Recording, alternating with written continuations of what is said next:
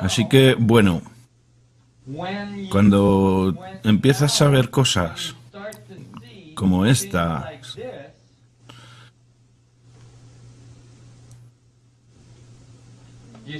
piensas, espera un segundo, ¿cómo es que esta gente sabían esto? Este es un símbolo antiguo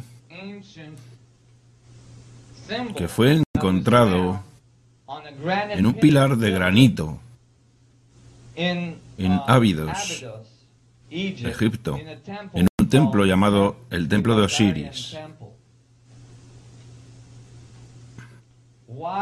¿Cómo es que este objeto, este dibujo, que está en un pilar rosa de 100 toneladas, en el medio de ese templo, no está en ningún libro de fotografías o libro de historia, en ninguna parte, o un libro de arqueología, en ninguna parte? Necesité 10 años de investigación para examinar todos los libros escritos sobre el templo de Osiris. Desde los primeros artículos que fueron publicados por los arqueólogos que descubrieron el templo, hasta el final, todos los artículos y libros que se escribieron, ninguno de ellos tenía esta imagen. Esta fotografía la conseguí porque un amigo mío fue allí y la hizo. ¿De acuerdo? ¿Por qué esta imagen no está ahí en los libros? Os diré por qué. Porque este gráfico no está grabado en la roca. No es un ribete en la roca.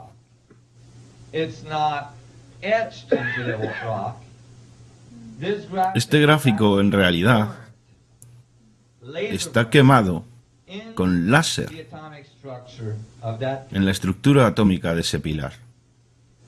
Ahora bien, cuando piensas en civilizaciones antiguas, 5.000 años atrás, no esperas que hagan quemaduras con láser sobre superficies duras, con altos niveles de exactitud. ¿De acuerdo? Los arqueólogos las pasan negras explicando estas cosas.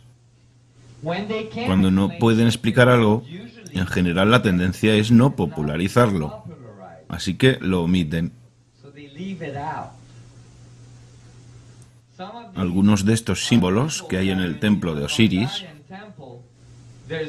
no hay escritura en todo ese templo, ni una sola escritura. Todo lo que hay es estas cosas. Hay algunas de ellas, algunas están desconchadas.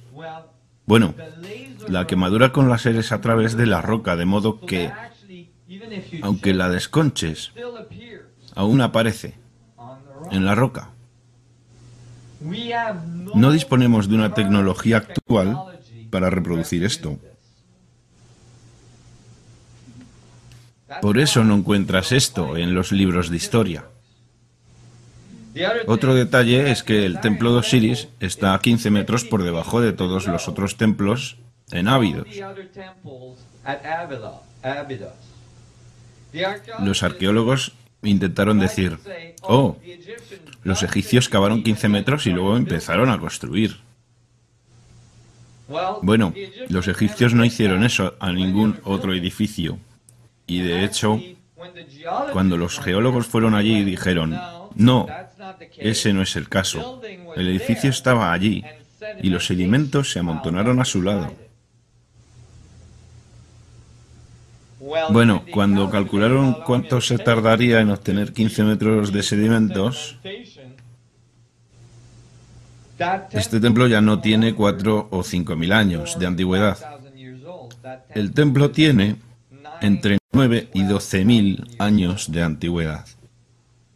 Quizás 10.000 años de antigüedad. Es por esto que los arqueólogos realmente detestan este templo. De hecho, raramente hablan de él.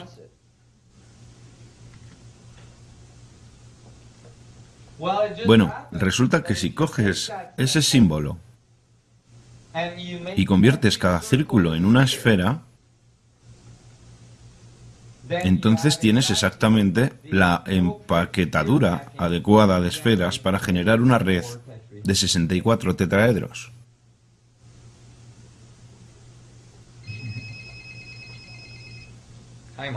Hola, mamá. Así que aquí está. Vuelve a aparecer. Curiosamente, ese templo, dijeron los egipcios, fue el templo fundacional de su sistema de creencias,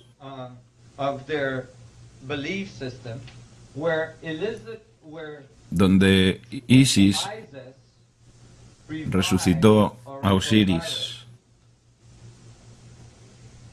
¿Sabéis? El mito que empezó toda la momificación egipcia fue el de Isis y Osiris.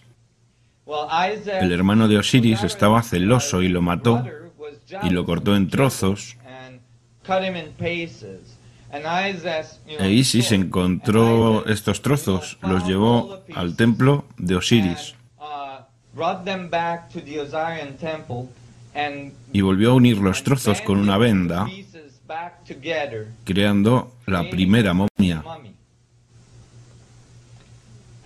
Y luego, el libro de los muertos egipcio dice que ella, con su magia, volvió a dar vida al cuerpo de Osiris.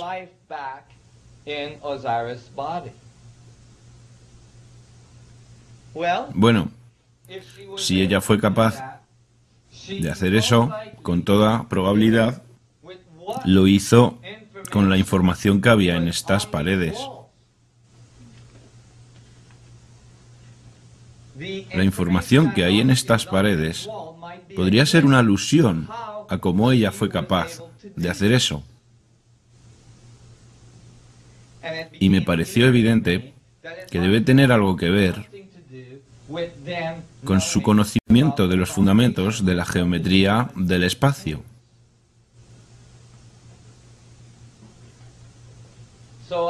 Así que lo estaba examinando con cuidado, porque ya sabéis que tuve esta especie de iluminación en el templo, en México.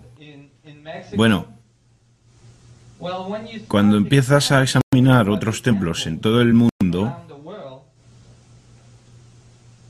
te das cuenta de que estos otros templos tienen mucho en común. Es decir, todos ellos son muy difíciles de explicar mediante lianas, herramientas de cobre, sin polea, etc.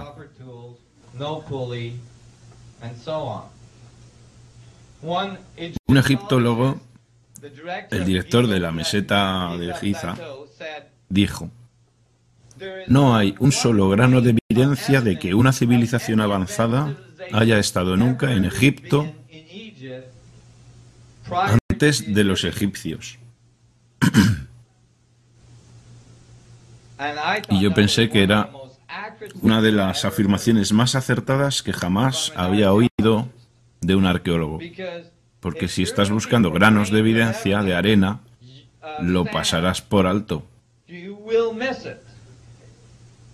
Si tienes tu cabeza en la arena, lo pasarás por alto. Pero si miras arriba, desde la arena, y empiezas a buscar pruebas, verás millones de toneladas de roca delante de tus ojos, proporcionándote pruebas condenadamente grandes. ¿De acuerdo? La Gran Pirámide de Giza está formada por 2,3 millones de piedras. 2,3 millones de piedras. Su altura es de 146,6 metros. Su base mide 13 acres, 52.611 metros cuadrados o 5,26 hectáreas. 13 acres. Esto es extremadamente grande. Cuando haces una fotografía de medición por satélite del ápice de la Gran Pirámide de Giza, este está a 1/4 de pulgada, 6,3 milímetros, del centro de la base, que mide 13 acres. Una superficie cuadrada de 13 acres a 6,3 milímetros del centro. Eso después de colocar 2,3 millones de piedras que has cortado con herramientas de cobre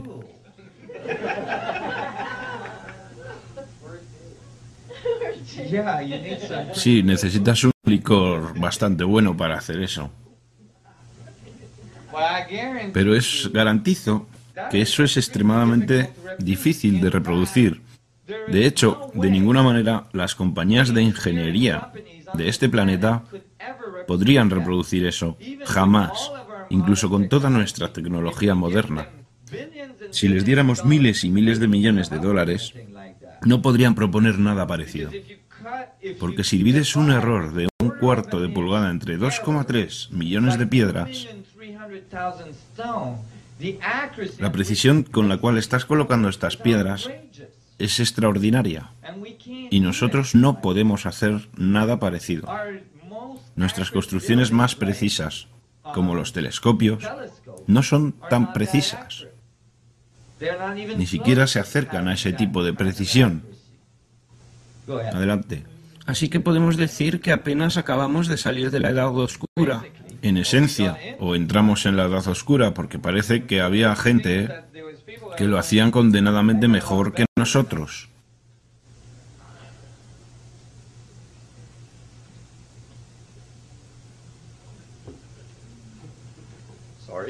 ¿Perdón?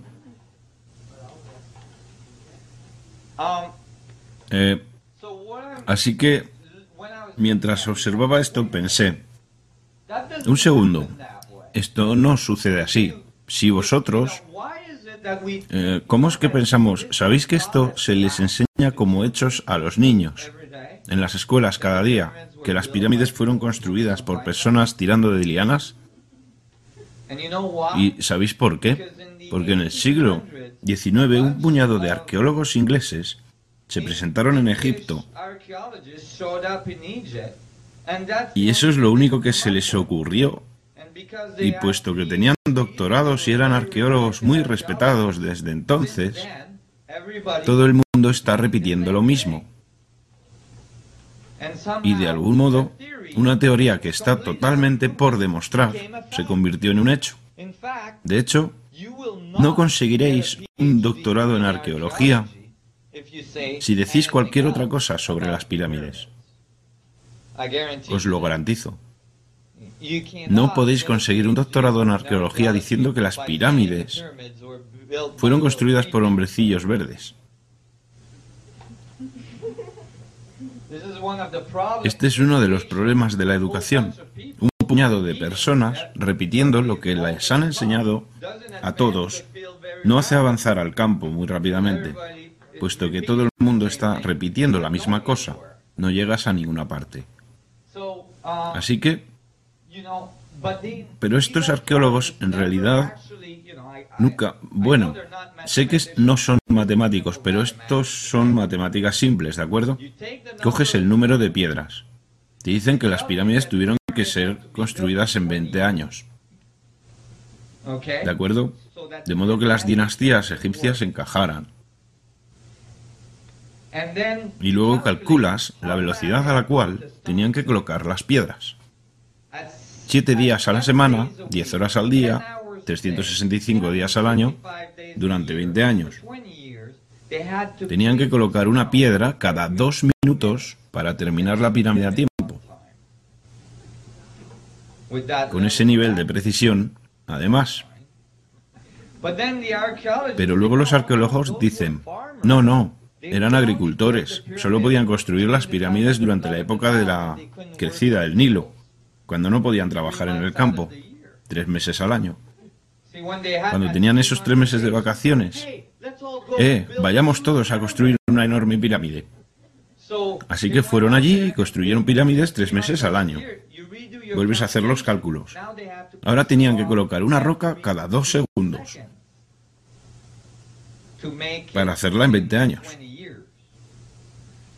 Así que eso realmente no funciona.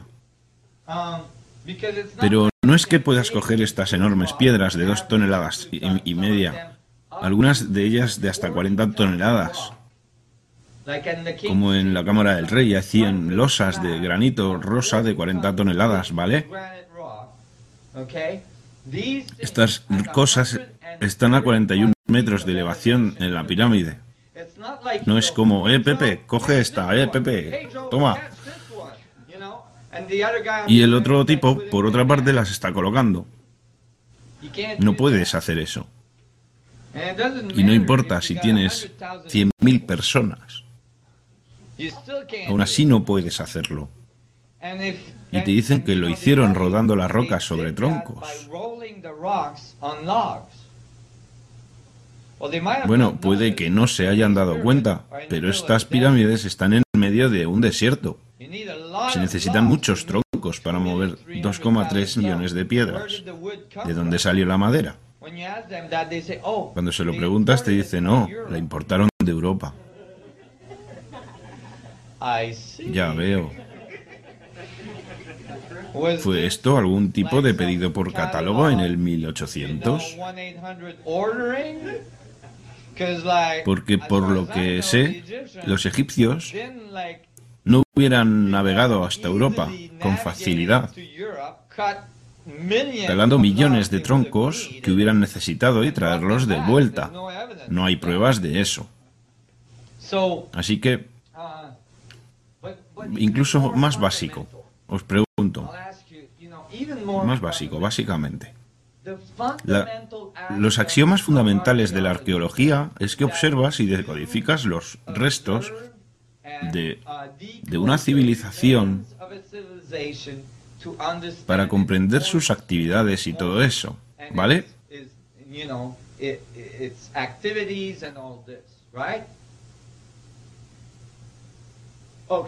Ok. Hay más de 1 millón de muros con jeroglíficos en Egipto. Miles y miles de muros con jeroglíficos en Egipto. En los templos, en las tumbas, en todas partes. Nos cuentan cómo hacían el amor, cómo comían, cómo iban al baño. Nos lo cuentan todo de su vida. Todo. Ni una de esas paredes menciona la construcción de las pirámides. ¿Qué? ¿Qué se les pasó? Estamos hablando de algo que hubiera costado un enorme esfuerzo y uno piensa que al menos habrían puesto algún pequeño muro en algún sitio diciendo, por cierto, que nosotros construimos las pirámides. Pues no, nada de eso. De hecho, los arqueólogos dicen no solo que los egipcios construyeron las pirámides, sino que además las construyeron como tumbas. ¿De acuerdo? ¿Cuáles son las pruebas? Cero. Nada. Nunca se encontró una sola pirámide que alojara una momia. Nunca se encontró una sola momia dentro de una pirámide. Ni una. Y no solo estoy hablando de Egipto, estoy hablando de todo el mundo. Y es curioso porque hacen todos estos documentales en History Channel y todos estos documentales nocturnos y te muestran dónde encontraron las pirámides y las tumbas y Tutankamón y todo eso. Y luego empalman y cortan directamente dentro de las pirámides. De modo que piensas que las momias fueran encontradas en las pirámides. Pero en realidad las momias, la mayoría de las momias de los reyes, fueron encontradas en el Valle de los Reyes, lejos de las pirámides. Algunas de las pirámides tuvieron que dinamitarlas para entrar dentro. No pudieron encontrar una entrada. Cuando consiguieron entrar en la pirámide, estaba el sarcófago, el denominado sarcófago, en el centro. Algunos de ellos tenían losas de 40 toneladas, sellando el sarcófago. Lo abrieron, sacaron la losa y aún así, nada de momias. ¿Cuál fue su conclusión? Ladrones de tumbas. Esos ladrones de tumbas eran increíbles.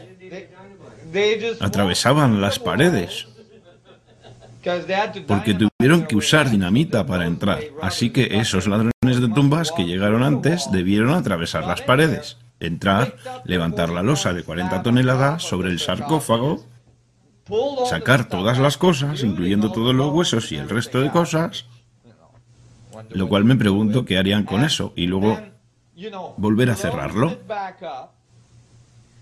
volver a sellarlo para asegurarse que no perturbaban nada, y luego volver a salir con todas las cosas. Eso no tiene sentido. Ahora bien, hay otras cosas que no tienen sentido. No hay ningún sitio en estas pirámides que diga: yo construí esto como mi tumba, nací en esta fecha, morí en esta otra. Uno piensa que si construyes un monumento tan grande, al menos pones tu nombre en él. ¿No? Es lógico. Las pirámides no eran tumbas. Las pirámides no fueron construidas por los egipcios. Ningún texto egipcio habla de que los egipcios construyeran las pirámides. Los textos sí hablan de enormes monumentos que fueron construidos y dicen que fueron construidos por los dioses del sol. Los mayas, los incas, los chinos, los japoneses. Ninguna de las culturas que tienen estas construcciones dice que las construyeron ellos. Todas ellas dicen: los dioses del sol nos enseñaron a construir, a hablar, a escribir, a hacer todas las cosas. Adelante. Suelo preguntar si no hay inscripciones o jeroglíficos dentro de las pirámides. No hay jeroglíficos dentro de las pirámides. Y Dios sabe que los egipcios ponían jeroglíficos en todas partes. Así que, ¿por qué no escribieron dentro de las pirámides? Estas son las contraindicaciones enormes respecto al concepto de que los egipcios o los mayas o los incas o los chinos, etcétera, construyeran sus pirámides. ¿Veis lo que digo? Pero, como otros ejemplos, es este cachorro, la esfinge. La mayoría de personas que la esfinge fue construida. La esfinge no fue construida, la esfinge fue tallada, esculpida. La esfinge fue tallada a partir del recinto de la meseta de Giza. Ahora bien, cuando examinas las partes de la esfinge, podéis notar que hay como estructuras parecidas a ladrillos sobre ella, de modo que parece que fue construida. Esas son reparaciones que fueron hechas posteriormente en la historia. Pero la esfinge fue tallada y, de hecho, hay pruebas de que la cabeza de la esfinge fue reesculpida. Solía ser la cabeza de un león, pero fue reesculpida en la cabeza de un faraón, por uno de los faraones. Sin embargo, hay patrones de erosión en la esfinge, que son un indicio de que la esfinge tuvo que ser tallada cuando había mucha lluvia golpeándola, debido a la erosión sobre ella. Conocemos la última vez que esta área tuvo muchas lluvias. Y eso fue aproximadamente hace 10.000 años.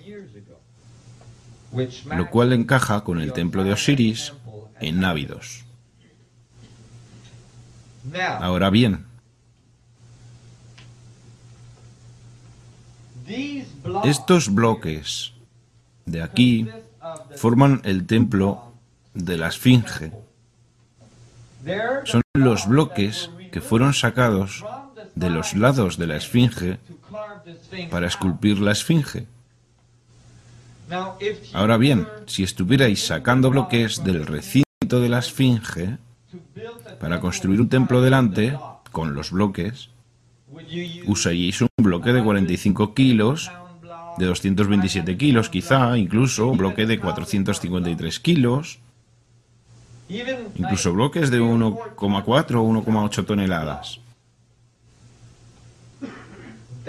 Eso empezaría a ser un problema con nuestra tecnología actual, sobre todo en la arena, y sobre todo si debes amontonarlos. ¿De acuerdo?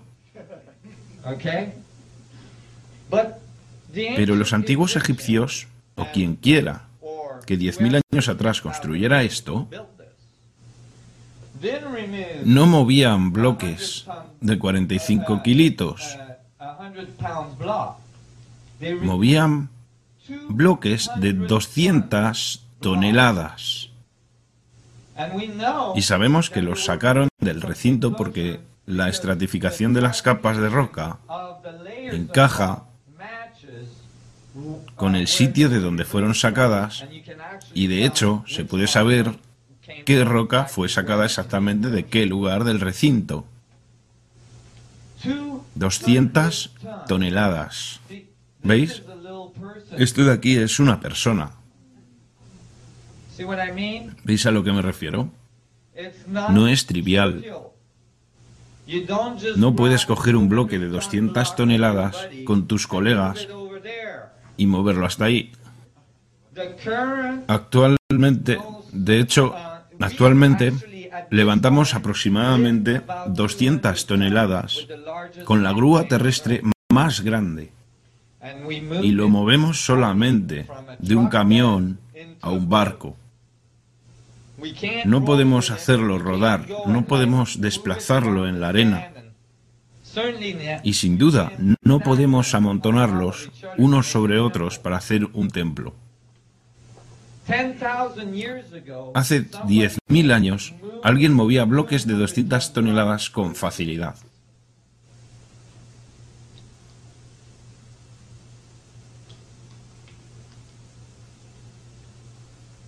En mi opinión, esto es fantástico, ¿sabéis? Porque esto trata acerca de nuestra auténtica historia. Esto trata acerca de qué sucedió en este planeta antes de nuestra historia actual, antes de nuestro pensamiento actual. Fijaos en esta estatua. Ramsés II. Cuando descubrieron esta estatua, estaba en esta posición porque había caído sobre el desierto. Está hecha de granito rosa. Está pulida perfectamente con herramientas de cobre. Y esto es una persona a su lado. Cuando encontraron la estatua dijeron: movámosla hasta allí, porque vamos a construir el museo de Ramsés.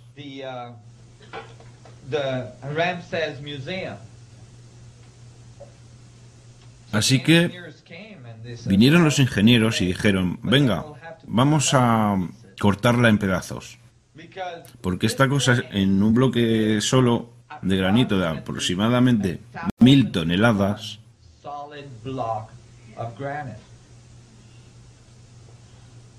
1.000 toneladas. Eso es 5 veces más de lo que podemos levantar actualmente con una grúa terrestre. Así que en lugar de eso, construyeron el museo a su alrededor. Mucho más fácil.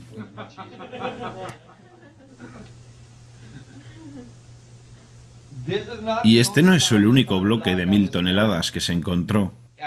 ¿Conocéis los pilares a cada lado de la entrada de los templos egipcios? Los llaman obeliscos. Muchos de ellos superan las 1.000 toneladas. Y todos ellos, estos objetos grandes, proceden de una cantera que sabemos dónde está. Está a cientos de millas Nilo arriba. Y la cantera está al otro lado del Nilo, detrás de una cordillera. ¿De acuerdo? Cuando preguntas a los arqueólogos cómo llegó esto allí, dicen: oh, hicieron una zanja desde el Nilo a través de la cordillera hasta la cantera, dejaron que el agua entrara y luego cogieron el objeto, lo pusieron sobre una barcaza y la hicieron bajar por el Nilo. pero no hay pruebas de que esa zanja se hiciera. ¿Cómo levantas un objeto de 1000 toneladas y lo pones sobre una barcaza sin que se hunda? Quiero decir, eso es simplemente inapropiado. Simplemente no pasa. Así que cuando examinas esto, empiezas a preguntarte, ¿quiénes eran estos dioses del sol? ¿Y eran capaces de ir por todo el mundo? Bajo el agua, en Japón, recientemente, se descubrieron pirámides.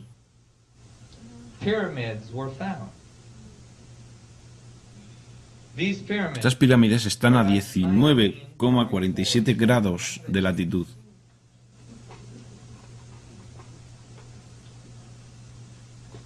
Son unas pirámides enormes. Todos los pescadores sabían que estaban ahí, pero no pensaban que fuera importante. Así que no se lo contaron a nadie. Y aquí hay otra imagen de estas losas. Son enormes, son unos bloques enormes. Lo interesante de estas es que, mirad, no podéis datar una pirámide. No podéis datar un monumento porque la prueba del carbono 14 requiere que haya carbono.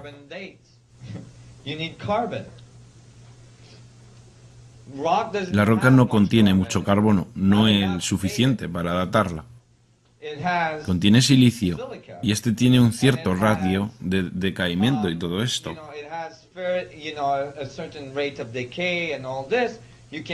Puedes datar lo vieja que es la roca, pero esto no te dirá cuándo fue tallada y ensamblada formando una pirámide. ¿De acuerdo?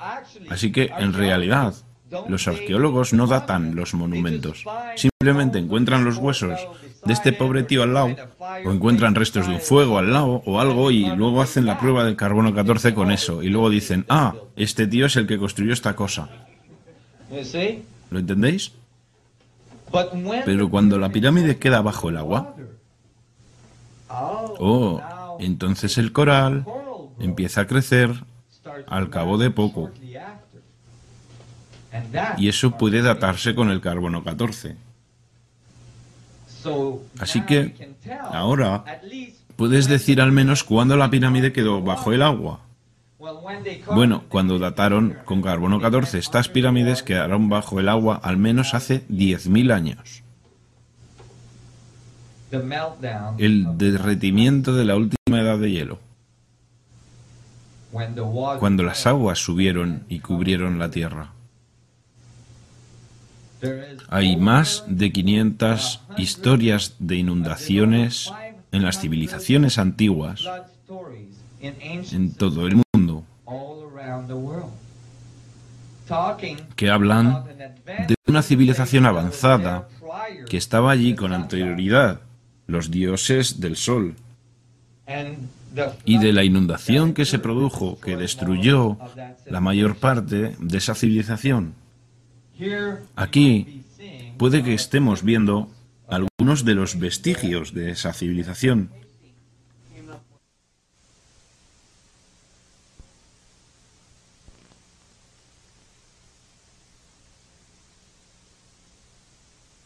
Encontrando un muro o una carretera y así fue. Dijo que sería a principios de los 70 y en 1973, creo, submarinistas frente a la costa de Bimini encontraron enormes rocas bajo el agua, formando una carretera. Y Edgar Cayce dijo que encontraríamos una cámara bajo las patas de la Esfinge y recientemente, usando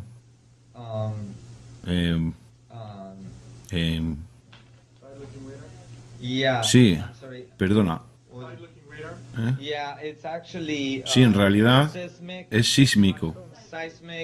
La reverberación de ondas sísmicas. Fueron capaces de ver bajo las patas de la Esfinge. Y encontraron una cámara ahí. Y dijeron que todavía no han entrado en ella. Esa es otra historia. Pero de todas formas, estas pirámides fueron encontradas en Egipto y estas pueden datarse 10.000 años. Fijaos en la foto. Fue tomada durante la Segunda Guerra Mundial por un piloto estadounidense que se perdió sobre China.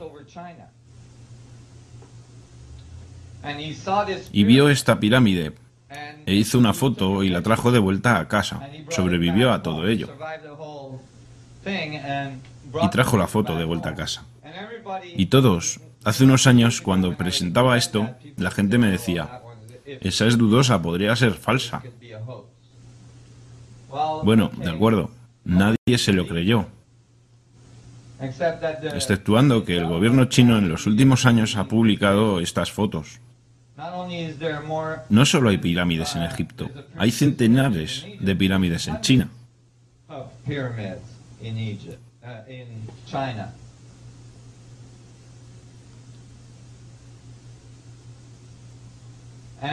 Y el gobierno chino, de hecho, consiguió que los agricultores cultivaran sobre las pirámides de modo que no fueran tan aparentes desde satélite.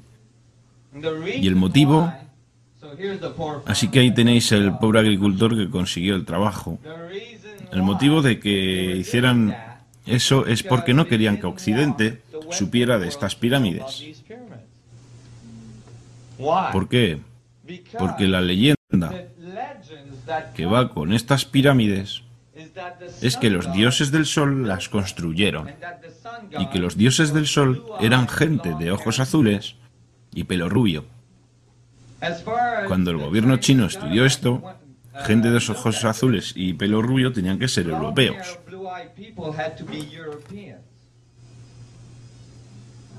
Y lo último que querían es que gente europea fueran los responsables de algunos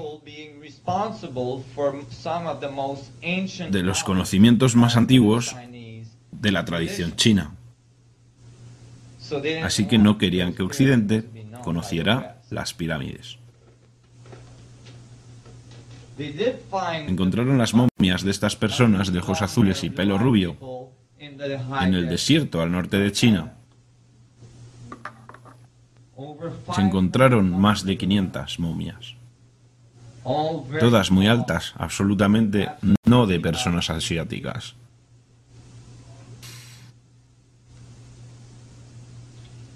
Y luego vas a la ciudad prohibida, en China,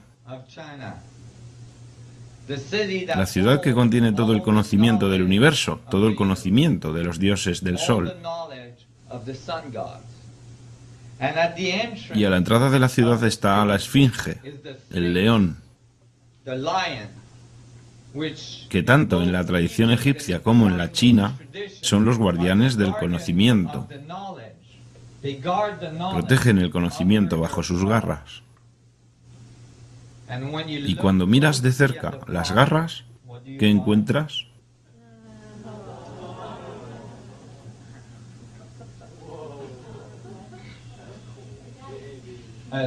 Un patrón de intersección esférica de la flor de la vida, que genera la red de 64 tetraedros. Guardián del conocimiento. ¿Son antiguos? Bastante antiguos, pero esta parte de China fue reconstruida en su mayor parte recientemente. Pero todo procede de tradiciones muy antiguas que se transmiten oralmente a lo largo de las épocas. Y por eso el conocimiento todavía está presente. Aunque el conocimiento de los dioses del sol ha sido muy confundido y diluido a lo largo de las épocas.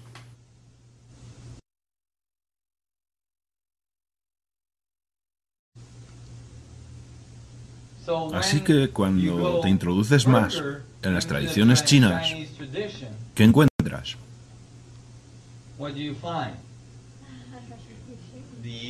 El I Ching.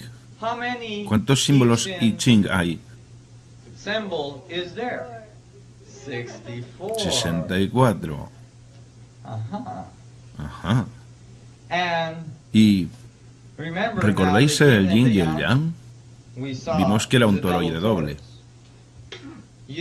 Faltaría la geometría del vacío en el centro de la singularidad. Pero los 64 símbolos del I Ching proporcionan esto. ¿Cómo? Cuando descubrí esto pensé, oh, esto es tan bonito. Tardé semanas, tardé meses en comprenderlo.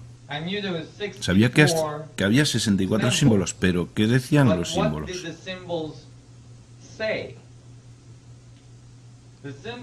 Los símbolos típicamente están organizados en un círculo, los 64 símbolos. ¿Puedes apagar la luz un poco para que podáis verlos? Están aquí, los 64, y cada uno de ellos están en realidad compuestos de palos enteros y palos rotos, y cada uno de los símbolos está en oposición. 1 y 64, 2 y 63, están todos en oposición.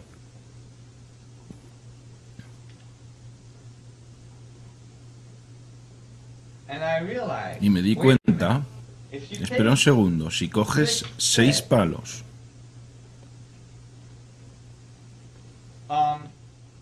y los pones en un espacio tridimensional, ¿qué geometría obtendrás? Un tetraedro. Esa es la única geometría que puedes generar a partir de 6 palos. Pero entonces, ¿por qué los palos rotos? Bueno, si estás siguiendo el código del I Ching, que te dice que los palos están en oposición, entonces vas a necesitar palos rotos. Mirad esto.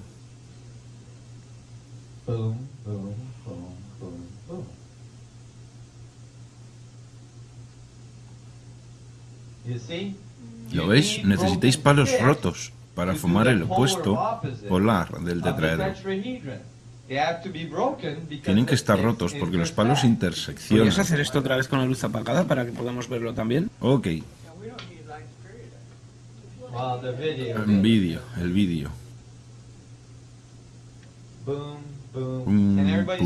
¿Podéis verlo todos? Necesitas un palo roto para que vaya entre los otros palos para generar la estructura polar opuesta que proporciona el propio código. ¿No es bonito?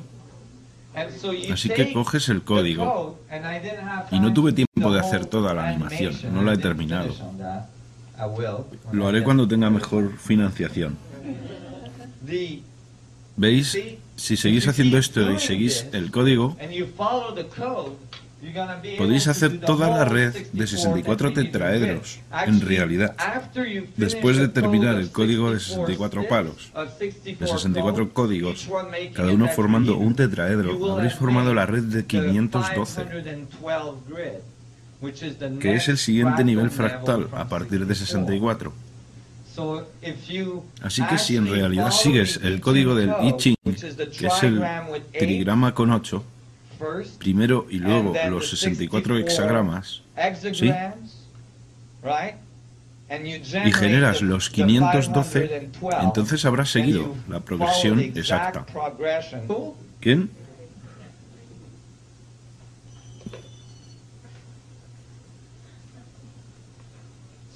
Así que ¿tenemos pruebas de los dioses del sol? Las tenemos. ¿Sabéis? Imaginaos, otra vez, que encontrarais un planeta diminuto en una esquina de la galaxia y ese planeta diminuto no está muy evolucionado. Como, digamos que os presentáis y todavía viven en cuevas y no son muy evolucionados. Probablemente querríais intentar ayudarlos, ¿verdad? Así que, ¿qué haríais? En realidad, no puedes llegar a la superficie, parar a uno de los cavernícolas y empezar a hablarle de física. Eso no funciona. El cavernícola probablemente te echará un vistazo e intentará darte un garrotazo y comerte. ¿Ok? Así que, ¿qué harías? Probablemente les daríais símbolos. Sí, que contuviesen información muy importante acerca de la estructura del universo. Y esperaríais a que, a medida que esa civilización crece y alcanza niveles más elevados, serían capaces de decodificar esos códigos que fueron proporcionados a este pueblo antiguo, sobre todo si haces que el código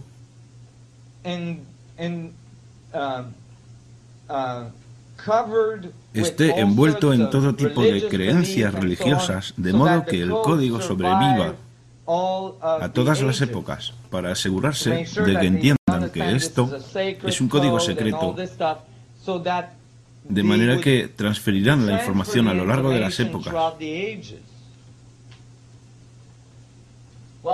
Bueno, tenemos pruebas de estos dioses del sol. Estos son calaveras que se encontraron en templos sudamericanos. Esta fue encontrada. Está en el Museo Peruano. Yo la llamo caracono. Cuando los arqueólogos encontraron esto, dijeron: oh, esto es el resultado de deformación craneal. ¿Sabéis que en la tradición antigua curvaban su cabeza, la deformaban? Ahora bien, hacían esas cosas. Este es el busto de Nefertiti, por ejemplo.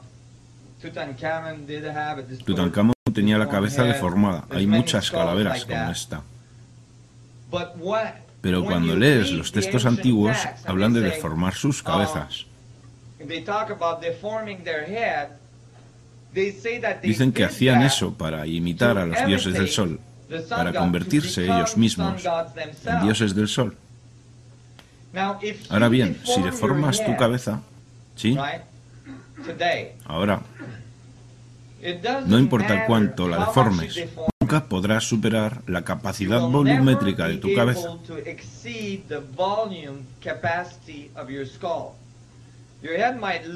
Puede que tu cabeza tenga un aspecto muy extraño, pero el volumen interior será exactamente el mismo. En estos casos, el volumen de estas calaveras, el volumen interior de estas calaveras es más del doble del volumen natural del cráneo humano. El volumen natural del cráneo humano. Esto no es el resultado de deformaciones craneales. No puedes hacer eso deformando tu cráneo. Otra cosa interesante es que el agujero en la base de la calavera, donde va el atlas, la columna, te dice lo grande que era la persona, ¿sí? Porque puedes saberlo a partir del tamaño de la columna. Estas personas tenían que medir entre 3,6 y 4,5 metros de altura.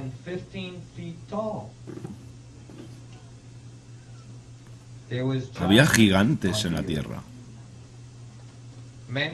Muchos textos antiguos dicen que los dioses del sol eran gigantes. Estas son personas muy grandes. Y el hecho que haya múltiples calaveras de estas encontradas en templos en toda América del Sur significa que no es el resultado de ninguna deformación. ¿Han encontrado algún esqueleto que vayan con ellas? No que yo sepa. Puede que sí, no lo sé. ¿Se hizo prueba de carbono 14 en las calaveras? Estaría muy bien disponer de eso. Y puedes ver que algunas de estas calaveras han sido escarbadas. Así que sabemos que sacaron material. Con toda probabilidad el material fue testado. Pero no hay ningún dato disponible acerca del resultado de esos tests. Si fuera testado, ¿se podrían ver si también tiene silicio, carbono y silicio? Sí, sin duda podrían saber si es una hebra de ADN típica de seres de este planeta o no.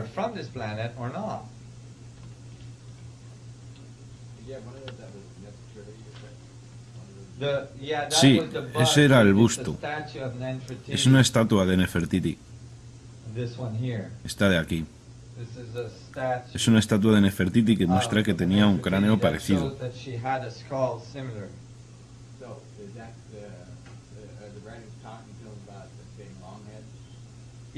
Sí. ¿Estas calaveras están relacionadas con las momias que encontraron en China? No, no. Estos cráneos fueron encontrados en América del Sur y en México. Aquí están algunos de los cráneos mexicanos. Los del principio eran cráneos sudamericanos. Este, de hecho, tiene un volumen mayor que el caracono. Y este es el mayor volumen jamás encontrado.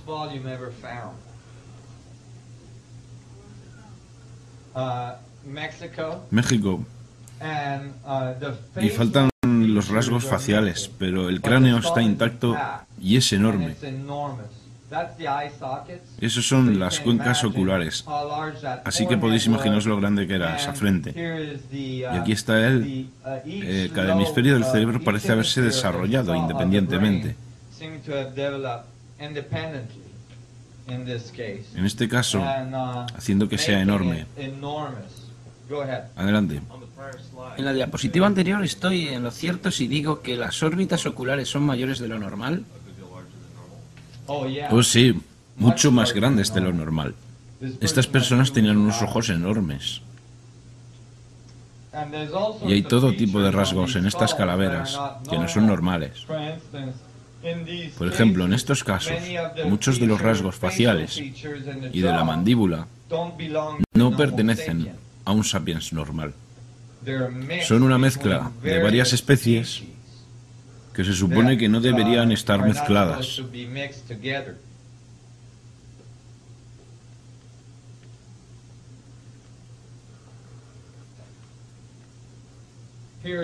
Aquí está Tutankamón. Incluso Tutankamón parece tener un cráneo más grande de lo esperado. Aquí está su hermano también. Ahora bien, hay muchos ejemplos en los textos egipcios, mayas e incas que describen que los dioses del sol, incluyendo la Biblia, en realidad se mezclaron y tuvieron hijos con mujeres de la especie humana, y que eso generó una nueva especie, que era mitad dioses del sol, mitad humanos. Así que aquí, esto podría ser una prueba de esta especie modificada, de esta mezcla. Y uno esperaría que estas personas se convirtieran en faraones, porque tendrían todo tipo de capacidades que el hombre medio no tendría.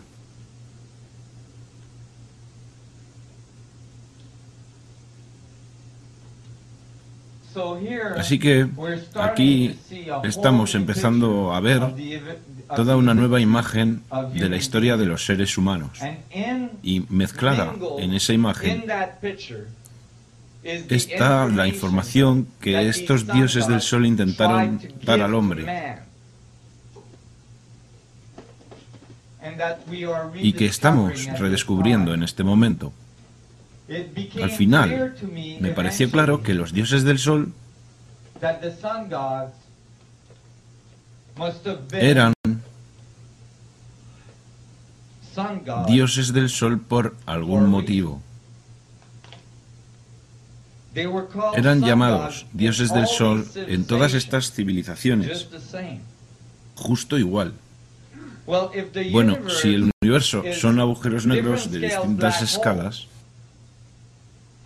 entonces para que estos dioses del sol pudieran viajar por el espacio, desde una parte a otra de la galaxia, tendrían que entrar en el agujero de gusano, la singularidad, en el centro de esos agujeros negros. De modo que usarían las estrellas como portales para ir de un lado al otro de la galaxia. Y entonces esperarías que fueran llamados dioses del Sol. Es por eso que, por ejemplo, las tradiciones antiguas, en la mayoría de estos países, se refieren al Sol como el portal hacia el reino superior de donde provienen los dioses del Sol. Se refieren al agujero negro en el centro de nuestra galaxia como el hub, el Sol central, desde el cual puedes acceder a todas las estrellas de la galaxia. De modo que entrarías en el Sol y luego, a través del centro de la galaxia, desde uno de los brazos de la galaxia, saliendo en un Sol en otro brazo de la galaxia.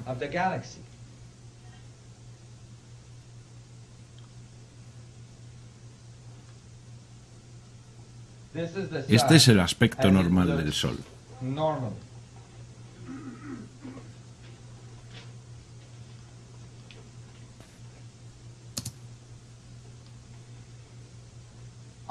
En el Sol aparecen manchas solares. Estos son manchas solares. De hecho, son manchas solares vistas en el espectro de rayos X. De modo que son muy brillantes. En realidad, las manchas solares en el espectro visible son muy oscuras, son como negras. Bueno, pues estas aparecen cuando el Sol se vuelve muy activo. A 19,47 grados latitud norte-sur. ¿De acuerdo? Y cuando observas una mancha solar con cuidado, y escogí esta porque creo que las manchas solares están en el corazón del asunto,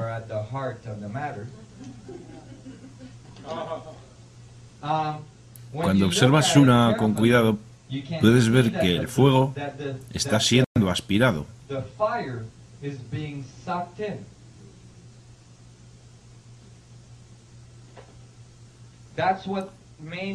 Eso es lo que me hizo pensar, a partir de los cálculos y mi teoría, que las manchas solares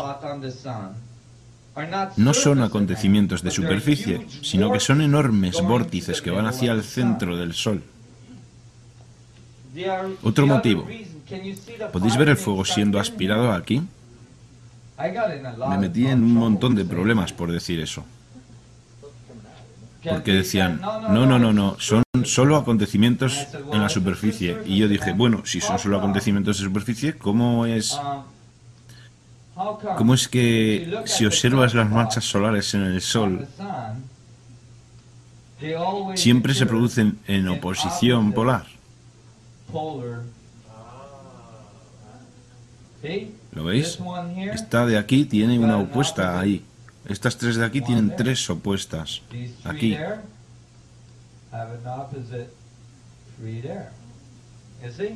¿Veis? Todas las manchas solares se producen en oposición, unas contra las otras. Porque cuando tienes un vórtice en una dirección, con el efecto Coriolis tienes otro que va en la otra dirección, en el otro lado, y generan un enlace en el centro, un enlace en la singularidad. Las manchas solares son enormes vórtices que van hacia la singularidad, en el centro del agujero negro. Y es por esto que cuando examinas las manchas solares con mucho cuidado,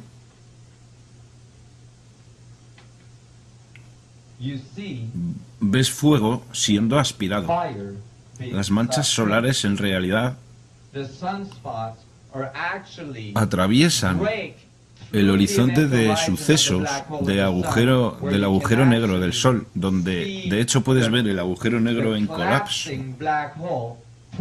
tirando del campo electromagnético hacia adentro. Bueno, cuando decía esto, me ridiculizaban. Recientemente, esto es lo que descubrieron.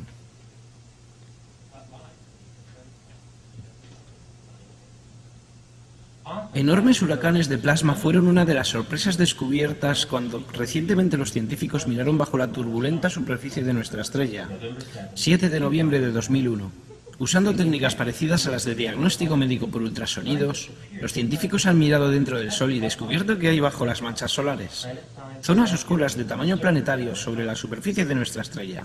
Los astrónomos han sabido siempre que las manchas solares son regiones en las que los campos magnéticos se concentran. Sin embargo, cualquiera que de niño jugara con imanes ha sentido como los campos magnéticos de la misma polaridad se repelen. Igualmente, los fuertes campos magnéticos de las manchas solares deberían repelerse también, haciendo que las manchas solares se disiparan rápidamente. En efecto, las observaciones muestran claramente que el material de superficie fluye hacia el exterior desde las manchas solares. Entonces, ¿qué hace que las manchas solares duren tanto? ¿Cómo permanecen intactas durante semanas o meses? Un equipo de científicos tuvo que mirar bajo la superficie solar para encontrar la respuesta. Alexander Kosilvich y Louis Zhao de la Universidad de Stanford, junto con Thomas Duval del Centro de Vuelo Espacial Goddard de la NASA, usaron las capacidades de MEDEI para explorar los acontecimientos justo debajo de la superficie de las manchas solares y por primera vez han observado claramente flujos de material hacia adentro. Descubrimos que la expulsión de material es solo una característica de superficie, dijo Zhao. Si miras más profundidad, observas material fluyendo hacia adentro, como si fueran remolinos o huracanes de tamaño planetario. Este flujo mantiene los campos magnéticos unidos. Los flujos de baja temperatura que bajan se disipan a la misma profundidad a la que los flujos de alta temperatura que suben divergen. Con estos datos no puede uno obtener una imagen exacta para explicar los detalles. Hasta ahora habíamos observado la parte superior de las manchas solares, como quien observa las hojas de las copas de los árboles. Por primera vez somos capaces de observar las ramas y el tronco del árbol, que le dan estructura. Las raíces del árbol son todavía un misterio. Eso para vosotros, chicos. Así que ahora empiezan a ver que las manchas solares, las cuales algunas tienen 14 veces el tamaño de la Tierra, son enormes vórtices que van hacia el centro. Y cuando hablan de expulsión de material de la mancha solar, ¿sabéis qué material es ese? Agua. Grandes cantidades de agua salen de las manchas solares, justo al lado del fuego. ¿Son esas sus conclusiones? No, son mediciones. ¿Perdona? ¿Son esas sus conclusiones? Son sus mediciones del material que sale, mayoritariamente agua. Bueno, vapor de agua, H2O. Sí, es espectroscopia. Pero entonces estaba pensando sobre ello. Me dije, de acuerdo. Bueno, ya sabéis, si fuerais a viajar por el universo y todo el universo es una singularidad, entonces podríais construir una nave que fuera capaz de entrar en la singularidad. Esa nave tendría que tener un motor en el centro que fuera el mismo una singularidad, ¿de acuerdo? Y podrías entrar una singularidad local y debido a que estás en singularidad, conectado con todas las cosas, podrías salir donde quisieras, en cualquier otra parte del universo. Y de hecho, podrías seguir una progresión lineal de ese viaje, aunque solo tardarías unos segundos en cruzar la galaxia. Aún así, pasarías a través de la singularidad del Sol, a través de la singularidad del hub, y luego fuera a través de otra singularidad que sería un sistema solar en otra esquina de la galaxia. Incluso podrías ir de un hub a otro hub galáctico y luego salir donde quisieras allí. ¿Estáis siguiendo esto, chicos? Ok. Ahora bien, si pensáis en ello de esta manera, entonces es como, de acuerdo, vale. Deberíamos ser capaces de ver estos tipos entrando y saliendo. Así que empecé a investigar esto y descubrí algo muy extraño. Descubrí que la mayoría de telescopios y sondas que observan el Sol son propiedad de nada más y nada menos que el Vaticano.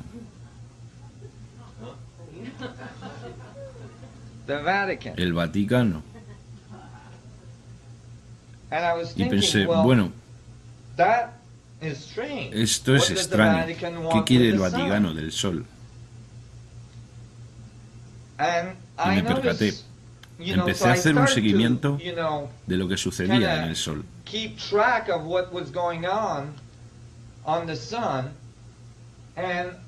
Y descargaba continuamente material de la NASA, de la sonda SOHO, una sonda que orbita el Sol. SOHO. Y un día, este vídeo fue colgado en la red hace ya bastante, ya 5 años. Ha habido muchos otros desde entonces. Este es bueno, echémosle un vistazo. Sitúan esto sobre el Sol. Esto es una telemetría de la sonda, esto es la cámara. Y tiene un pequeño brazo con una lente protectora, porque si no la electrónica se fundiría. Y esto es la superficie solar. Aquí es una representación de la superficie solar. Y este es el vídeo.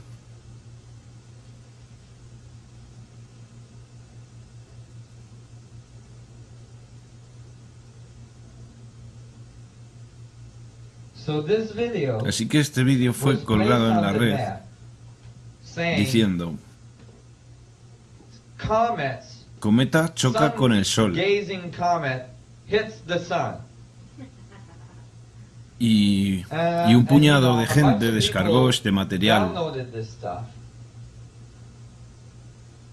y mandaron mails a la NASA diciendo: ¿qué son estos objetos? Porque los cometas normalmente tienen colas extremadamente largas cuando se acercan a un objeto como el Sol. ¿Sabéis lo grandes que son estos objetos? Por lo menos del tamaño de la Tierra. ¿De acuerdo? Un cometa del tamaño de la Tierra, en órbita alrededor del Sol o aproximándose al Sol, debería tener una cola muy larga y muy visible. Por tanto, después de que un montón de astrofísicos mandaran mails a la NASA preguntando por estos objetos a los que estaban llamando cometas, retiraron el vídeo. Y yo tuve suerte de obtener una copia, porque después de que un montón de gente se quejara por la retirada del vídeo, volvieron a ponerlo, pero de repente los objetos tenían colas.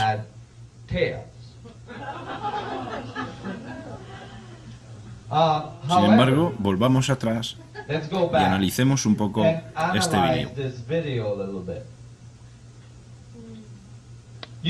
Podéis ver las estrellas en el fondo, yendo de izquierda a derecha. Esto se debe a que la sonda está en órbita. Correcto. Y luego podéis ver estos puntitos blancos. Estos son partículas que impactan con la cámara.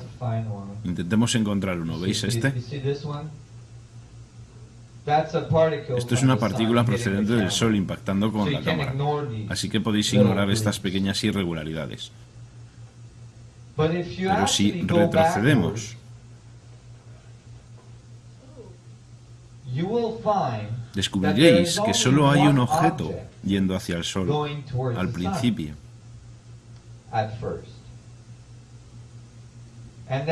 Y luego en este cuadro descubrís dos objetos pequeños aquí que aparecen, que en el siguiente cuadro se mueven de aquí hasta aquí ¿Podéis verlo todo? ¿Apagar las luces? Sí, la luz. Mucho mejor. Por tanto, desde aquí hasta allí, ¿vale? Ahora, eso es en contra del resto de movimientos en el fondo, ¿de acuerdo? Y luego en el siguiente cuadro, estos dos objetos se convierten en uno. Ahora bien, eso es bastante posible si los dos objetos acabaron uno detrás de otro, ¿vale? De modo que se convierten en uno para un observador aquí. Y en el siguiente cuadro, estos dos objetos se convierten en el segundo cometa, el cual hace un giro de 90 grados. ¿Veis? ¡Pam! Se convierten en uno y luego empieza a moverse en esta dirección. Así que vino de aquí, se convirtió en uno aquí y luego empezó a moverse en la dirección de 90 grados con respecto de hacia donde iba. Ahora bien, los únicos cometas que conozco que realizan este tipo de movimientos locos son los que tienen ventanillas y tipos pequeños atrás saludando. ¿Vale? ¿Del tamaño de la Tierra? Del tamaño de la Tierra. Y aquí podéis distinguir que los objetos con toda probabilidad realizan una órbita completa del Sol y luego, ¡boom!, entran en el Sol aproximadamente a 19,47 grados de latitud, probablemente en la mancha solar. Y luego aparece esta enorme eyección de plasma.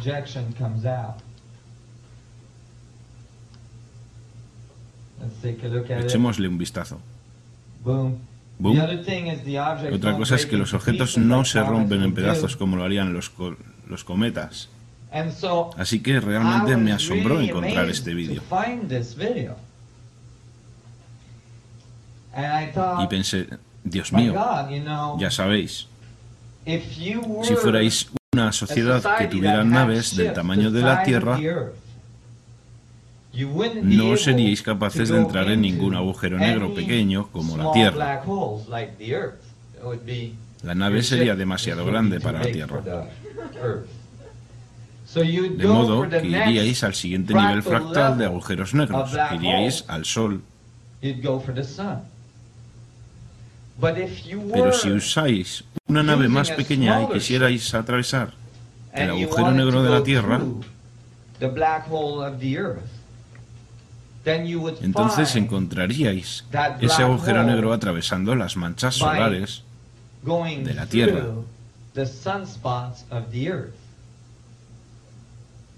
Estas manchas solares serían los volcanes que se encuentran en la Tierra.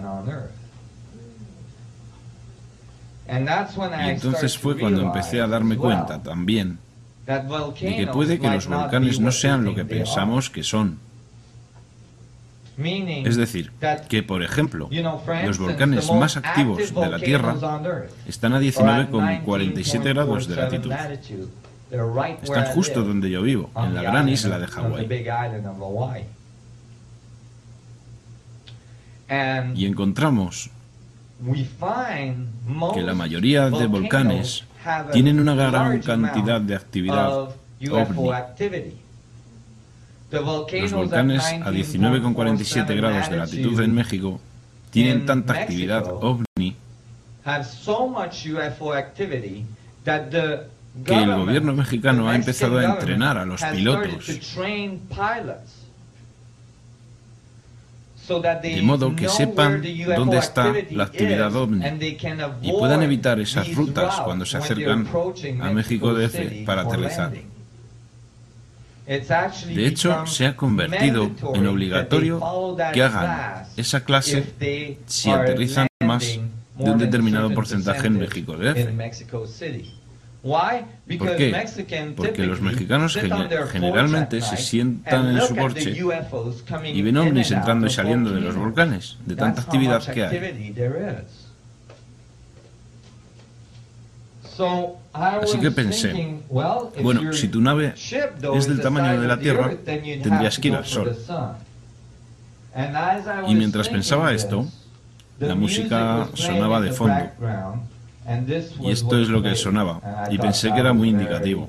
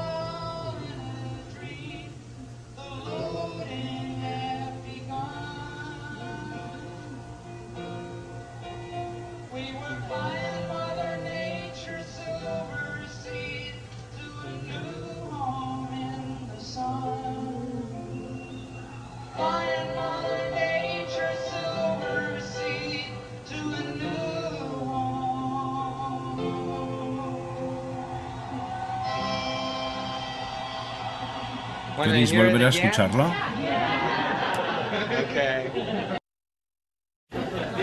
Deja que suene.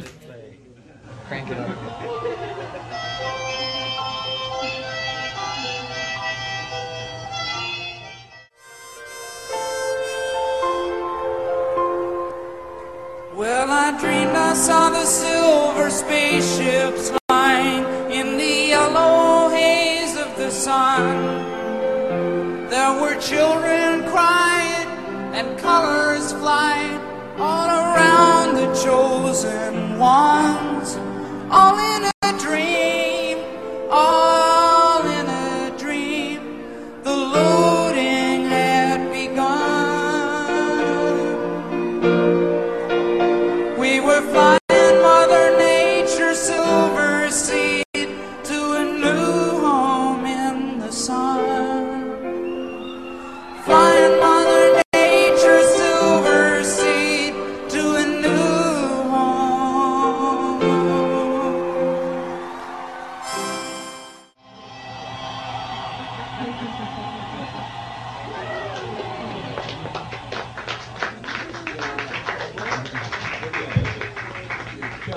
Two objections, one at 5 o'clock and the other one about 10 o'clock. Como podríamos viajar a través del universo. Los agujeros de gusano que John Wheeler predijo en realidad creo que son visibles. Son vórtices en la superficie solar que llamamos manchas solares y van directos hacia la singularidad. El vórtice que descubrimos en Júpiter, la gran mancha roja, 19,47 grados de latitud. Los grandes volcanes de nuestro sistema solar, el volcán más grande de nuestro sistema solar, el Monte Olimpo en Marte, 19,47 grados de latitud. Adelante. ¿Tienes la escala de tiempo de este vídeo? Sí, creo que es un periodo de 2 días. Sí, creo que aproximadamente son 2 días, pero no tengo reloj en él. Así que, bueno, estaba asombrado, pero ¿sabéis qué? El Sol ahora mismo está haciendo algunas locuras. ¿Habéis estado experimentando todos algún reto épico en vuestra vida?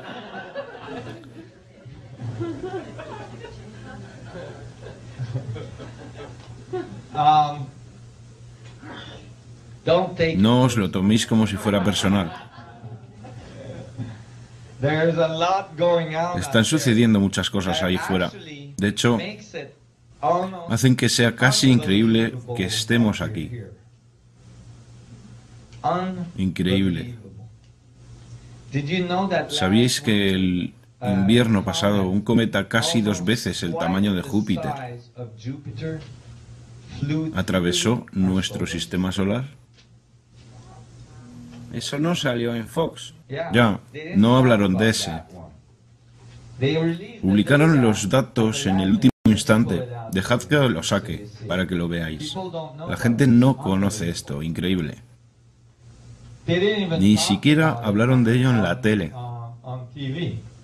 ¿Por qué? Pensaban que estábamos fritos. Pensaron que estábamos acabados.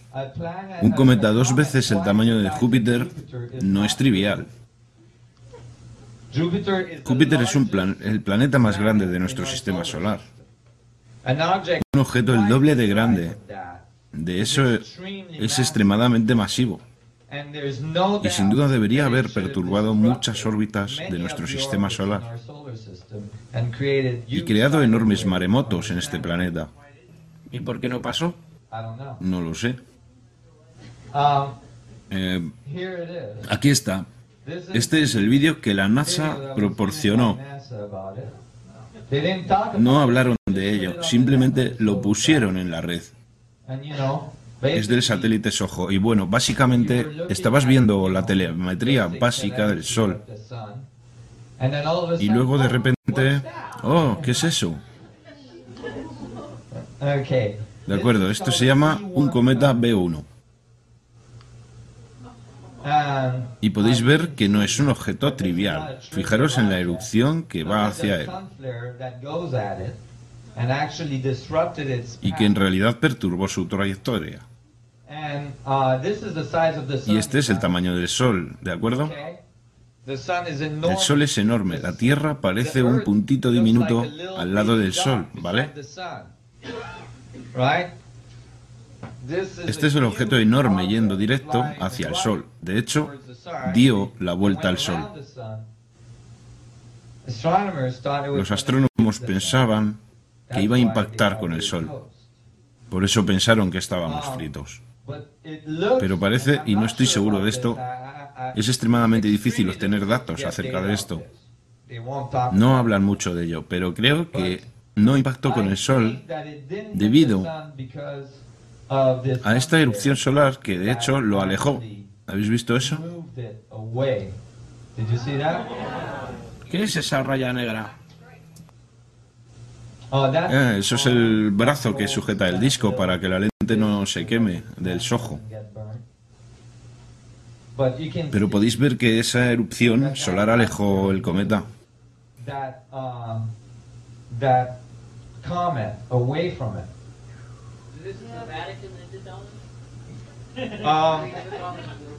Bueno, el Vaticano tiene grandes inversiones en la mayoría de sondas que observan el Sol y los cuando iban a volver. Bueno, pues el error es de 2 semanas. Y todas las personas que están buscando el planeta X están todos decepcionados porque dicen, el planeta X no apareció. No se percataron de que un cometa 2 veces del tamaño de Júpiter apareció. El cometa llegó con 2 semanas de antelación respecto de los textos sumerios, pero en una predicción de 10.000 años creo que eso está bastante bien. ¿Vale? 1/4 de pulgada. Claro, ¿Era observable desde aquí? Sí, se pudo observar desde la costa oeste aquí muy temprano por la mañana. Durante la salida del sol, creo. ¿Qué mes? Febrero, sí. Sí, el invierno pasado, en 2003. Y aquí está el mapa.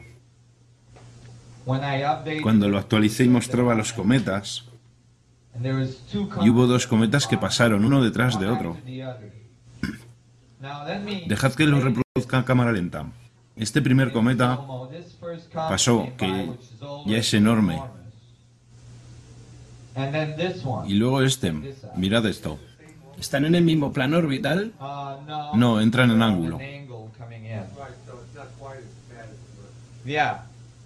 Sin embargo, el campo gravitatorio de un objeto así de grande internándose en la órbita de Mercurio, debería haber arrastrado Mercurio contra el Sol. Fijaos en la cola. Cuando está junto al Sol, la cola todavía está en la órbita terrestre. Si conoces las órbitas, deberías poder calcular. ¿Cuál era la influencia gravitatoria? Pues sí, lo hicimos. No deberíamos estar aquí. ¿Y por qué estamos aquí? ¿Perdón? La órbita de la Tierra. Has dicho que cambiaría la órbita terrestre y ha cambiado. Ah, no lo hizo. Porque si hubiera cambiado la órbita terrestre, los cálculos muestran que la hubiera cambiado significativamente. Y un cambio importante en nuestra órbita hubiera generado tsunamis y todo tipo de fenómenos en la superficie del planeta que no vimos. No necesariamente, ¿no? Bueno, con toda probabilidad sí. Un cambio pequeño en el tiempo, un cambio grande en poco tiempo. No sería un cambio pequeño, sería un cambio muy grande, incluyendo a Mercurio yendo contra el Sol tras el cometa, ¿sabes? Estamos hablando de un campo gravitatorio enorme, aquí, extremadamente grande. Creo que se nos concedió otra oportunidad.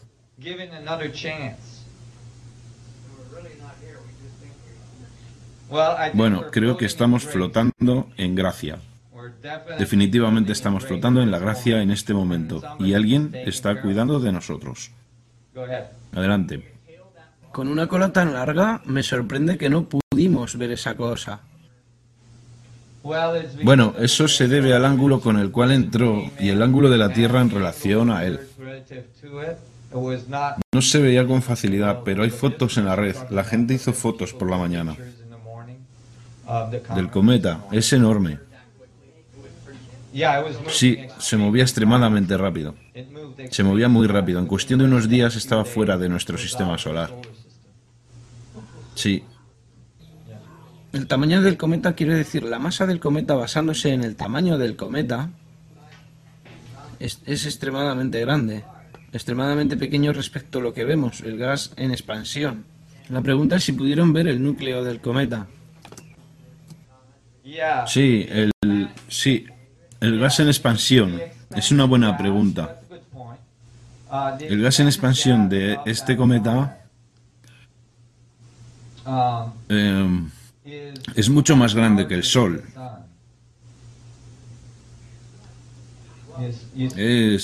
Bueno, ¿ves el tamaño de la perturbación y la expansión de los gases alrededor del cometa? Eso hace que el tamaño del cometa sea en realidad mucho más grande, del doble del tamaño de Júpiter. Así que cuando dicen 2 veces el tamaño de Júpiter, están hablando del núcleo del cometa, porque el material a su alrededor, este es el tamaño del Sol, el material de alrededor hace que sea casi tan grande como el Sol.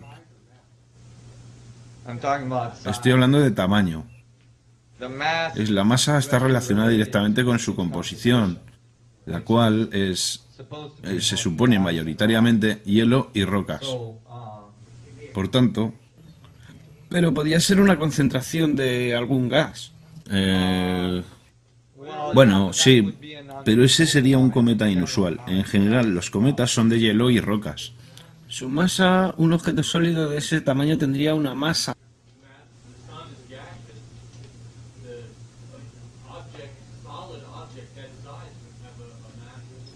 Una masa extremadamente grande.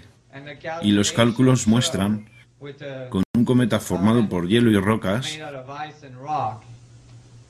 de ese tamaño, que el campo gravitatorio es extraordinario, es enorme. Adelante. Estás diciendo que esto sin duda era un cometa, no una nave. Sí, sin duda esto sí era un cometa. Protegidos por otras fuerzas, pero esto solo era un cometa. Sí, correcto. Sí.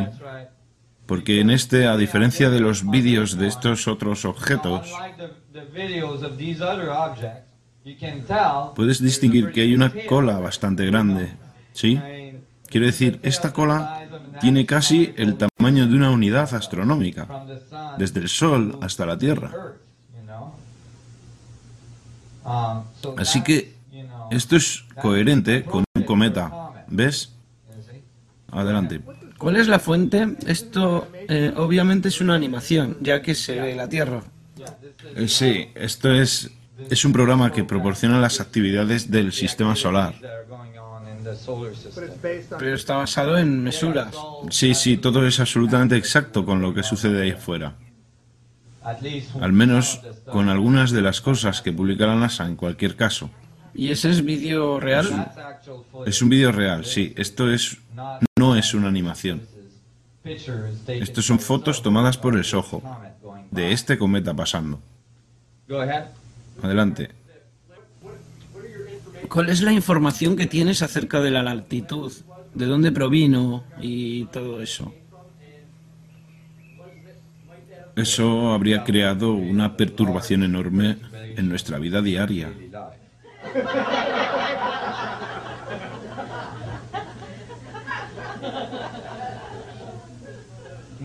Ahora bien,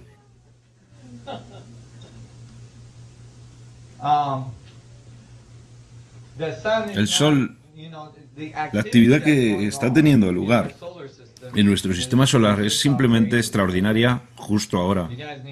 Debéis saber esto, chicos. Es una locura. Esto es lo que hace el Sol cada año. Cada 11 años, perdón. Se llama ciclo solar. Cada 11 años el Sol invierte sus polos. Su polo norte se convierte en su polo sur y su polo sur en su polo norte. Y cuando hace esto, y no quiere decir que invierta sus polos físicos, invierte sus polos magnéticos. Y cuando hace eso, cada 11 años, pasa de una superficie uniforme sin demasiadas manchas a una con más y más manchas solares, hasta que alcanza el máximo e invierte sus polos y luego vuelve a la normalidad, vuelve a este tipo de estructura. Por tanto, esta era la aproximación al último ciclo solar, el último máximo solar. Adelante. ¿El máximo solar coincide con el mínimo del campo magnético? No, es concurrente con el máximo del campo magnético. El campo magnético se vuelve extremadamente activo debido a que todas las manchas solares generadas producen un enorme campo magnético y enormes emisiones de rayos X también. Las manchas solares generan enormes emisiones de X. Y eso se debe a que hay material siendo succionado hacia el agujero negro y uno espera emisiones de rayos X debido a eso. Pero si estudias el Sol, descubres que estas manchas solares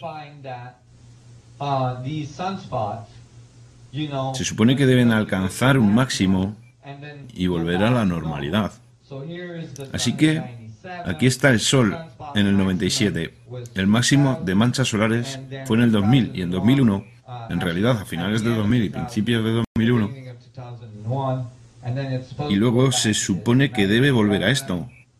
Así que en el 97-98 se empezó a volver más activo y podéis ver que hay mucha actividad, y en el 2000 alcanzó el máximo y ahora se supone que debe estar en la normalidad. En el 2003 ¿lo está? Pues no. Este es el Sol hace unos meses. Hay más manchas solares en el Sol que nunca antes. Algunos días se han registrado más de 200 manchas solares. Nunca ha habido tantas manchas solares en el Sol. De hecho, desde Galileo no habíamos visto nada parecido. El Sol no está calmándose en absoluto. Ahora bien, el último ciclo solar fue en 2001. Más 11 años. Esto os da una fecha del nuevo ciclo solar de 2012. el final del calendario maya, que nos dice que nos estamos aproximando a una época en la que entraremos en el sexto sol. Exacto. Ahora recordad la dinámica de la teoría que aprendimos esta mañana. Los agujeros negros generan agujeros negros más pequeños, que son partículas subatómicas, que crean una dinámica de plasma a su alrededor. Cuando obtiene demasiado plasma, empieza a perder velocidad, y entonces se vuelve inestable y expulsa parte de ese plasma. Y luego vuelve a girar otra vez. Creo que estamos aproximándonos a una de esas fases de expulsión. Y creo que el Sol hizo esto antes. Hay otra cosa que el Sol ha empezado a hacer. Y se trata de... Y estos datos no tengo un escáner mientras estoy de gira, pero encontré nuevos datos hace poco. El Sol ha empezado a latir. Unas enormes emisiones electromagnéticas en forma de pulso. Y no estaba seguro de esto porque pensé que quizás se trataba de las cámaras que están volviéndose locas en las ondas ojo. Pero no es así. Examiné los datos acerca de la cantidad de iones negativos producidos por el Sol, y la producción de iones negativos se sale de la gráfica en estos momentos. Sí, cuando se producen estos pulsos. La producción de iones negativos es normal, en una escala de 1 a 9, cuando está entre 2 y 3.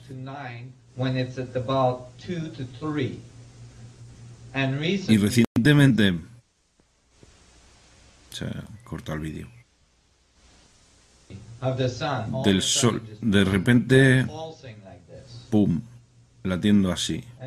Deja que os muestre qué aspecto tiene sobre telemetría.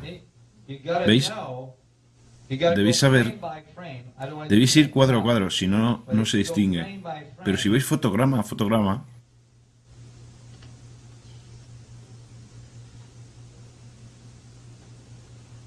ahí. ¿Veis eso? Y luego el siguiente pulso. Ahí. ¿Cuál es la distancia temporal que hay entre un pulso y otro? Bueno, hay una diferencia de días, en realidad. Déjame ver. La cámara hace fotos cada pocas horas. Pero el tema es que la cámara solo toma fotografías cada pocas horas, y si tienes suerte, va a tomar la fotografía del pulso, pero podría haber pasado por alto muchos pulsos intermedios.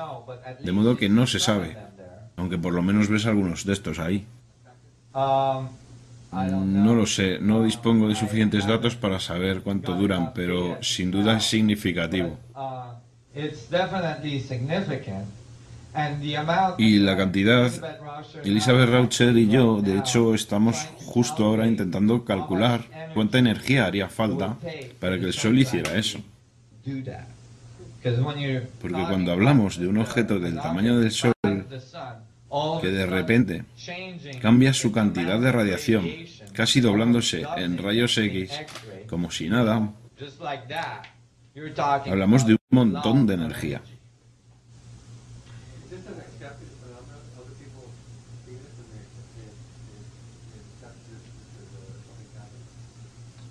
Definitivamente hay muchos físicos que dicen que algo está pasando con el Sol.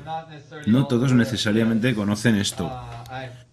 Yo se lo he hecho saber a muchos de ellos y les he mostrado los datos. No tienen mucho que decir sobre ello. No saben lo que es. Definitivamente no es normal. Es decir, no hemos observado esto en el Sol anteriormente. Tengo otra que es mucho más extraordinaria. ¿Queréis verla? ¿Y esto por qué no podemos percibirlo? ¿Por qué no lo percibimos? Uy, sí que lo percibes, sí que lo percibes. ¿Te has dado cuenta este verano? El mundo nunca había visto un calor así. En todo el mundo, Miles de personas han muerto en Europa. China llegó a los 52 grados de temperatura. ¿Sabes? Esto no es el resultado del calentamiento global. El calentamiento global no ocurre tan rápido, ¿vale? Esto es el resultado de algo mucho más dramático, como el Sol volviéndose loco. Otra cosa. La otra cosa es que Júpiter... A ver, ¿habéis oído hablar de las auroras boreales este año? ¿Sabéis lo que son las auroras boreales, verdad? Estos colores que se ven en el cielo. Estos colores que veis en el cielo son el resultado de los iones emitidos por el Sol, de plasma emitido por el Sol, que quedan atrapados en el campo magnético de la Tierra y que luego son canalizados en los polos norte y sur de la Tierra. Y cuando entran en la atmósfera terrestre crean toda esa radiación que son las auroras boreales. Bueno, eso sucede en los otros planetas también. Dejad que os enseñe las auroras boreales de Saturno.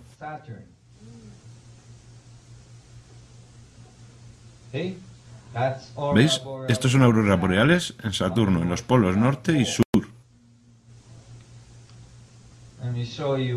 Dejad que os enseñe auroras boreales en Júpiter.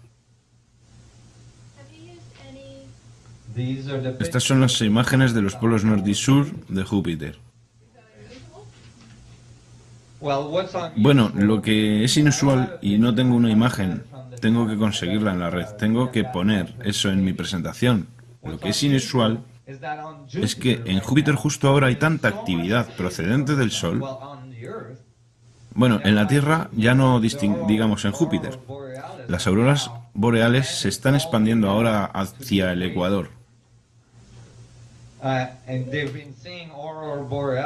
estado habiendo auroras boreales en la frontera de México y hay auroras boreales en el Polo Norte que han durado, sin interrumpirse, semanas y meses.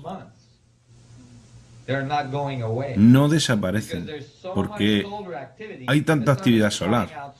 El Sol está emitiendo tantas cosas.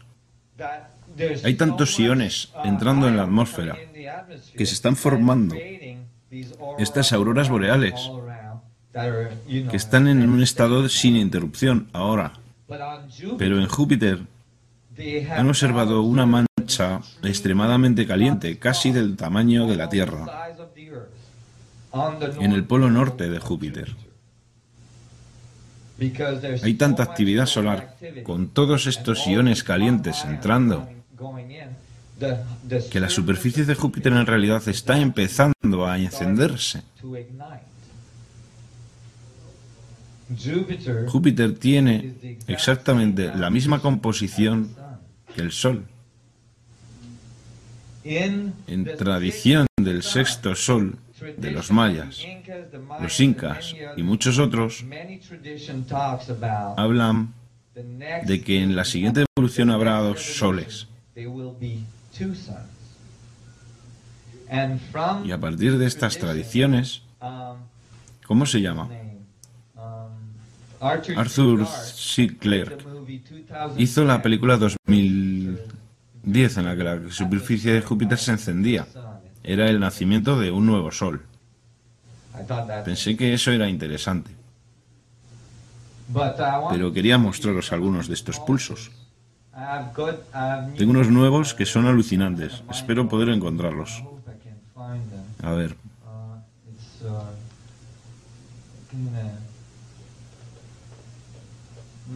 No es algo obvio porque hay tanto sucediendo. A ver, pulsos. Por tanto, este pulso es típico o es lo que esperaríamos de un sistema que está a punto de liberar parte de su energía.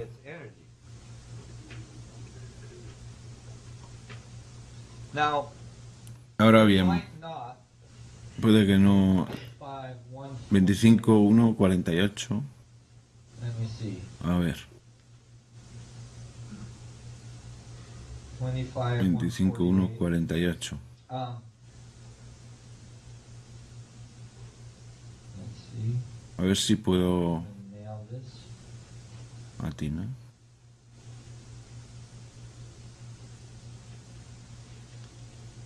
I missed it. Me lo he pasado.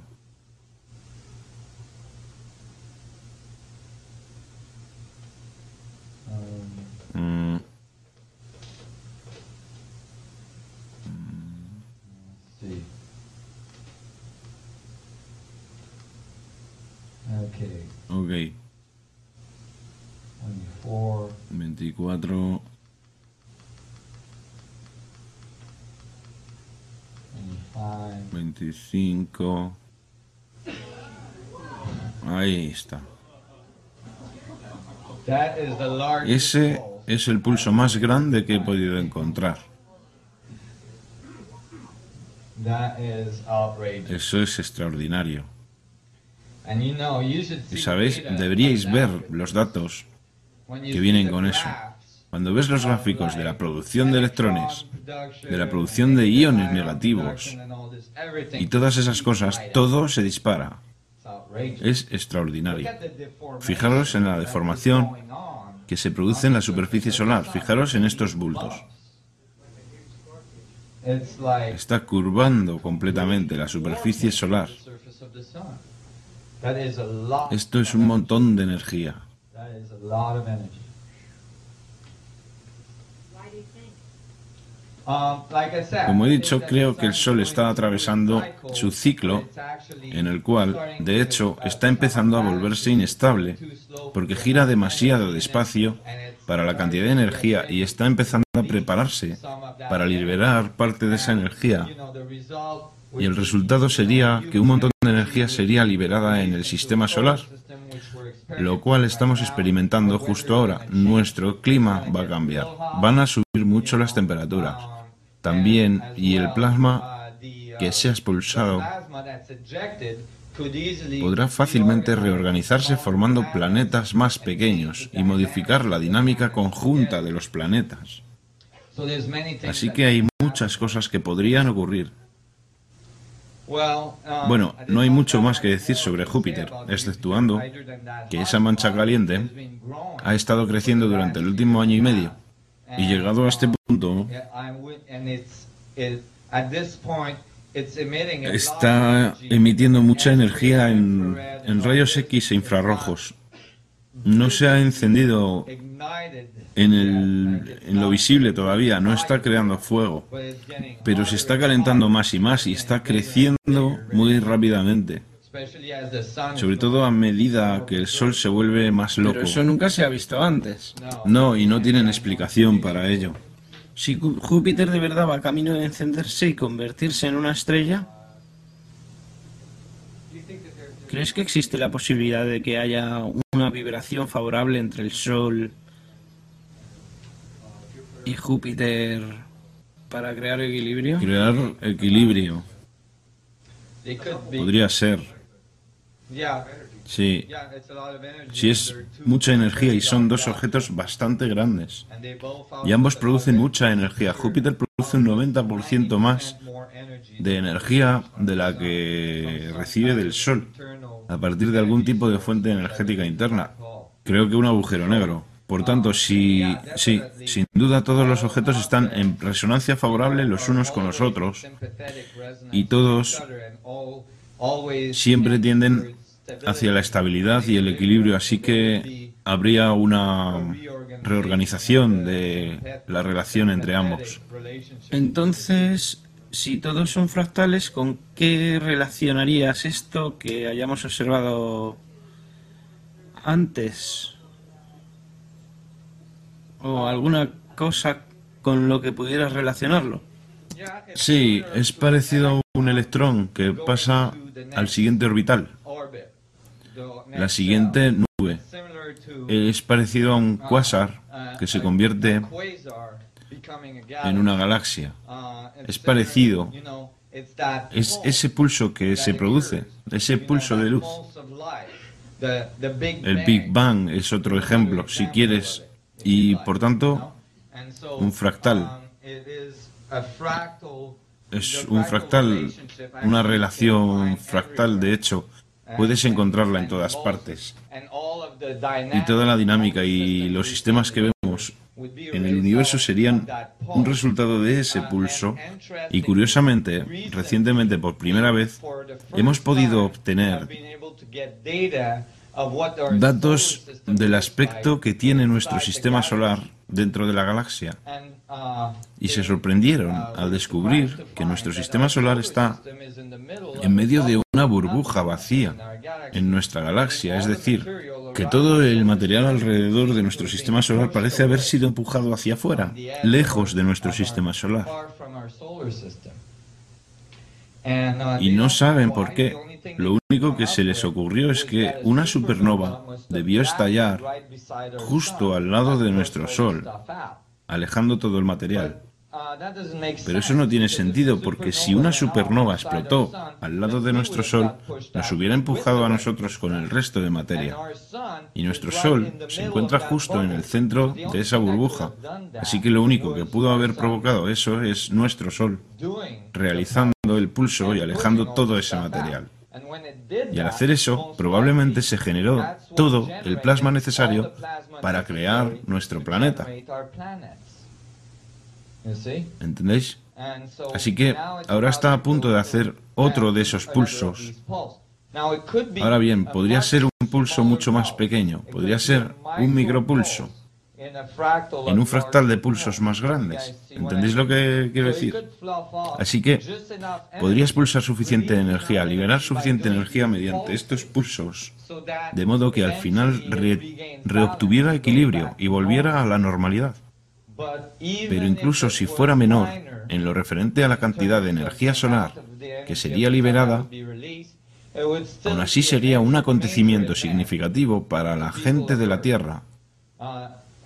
Y sin duda empezaríamos a observar una nueva cualidad en la luminosidad de nuestro Sol.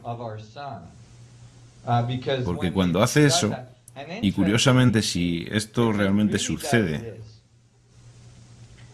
no es inconcebible pensar que de hecho pudiera quedar claro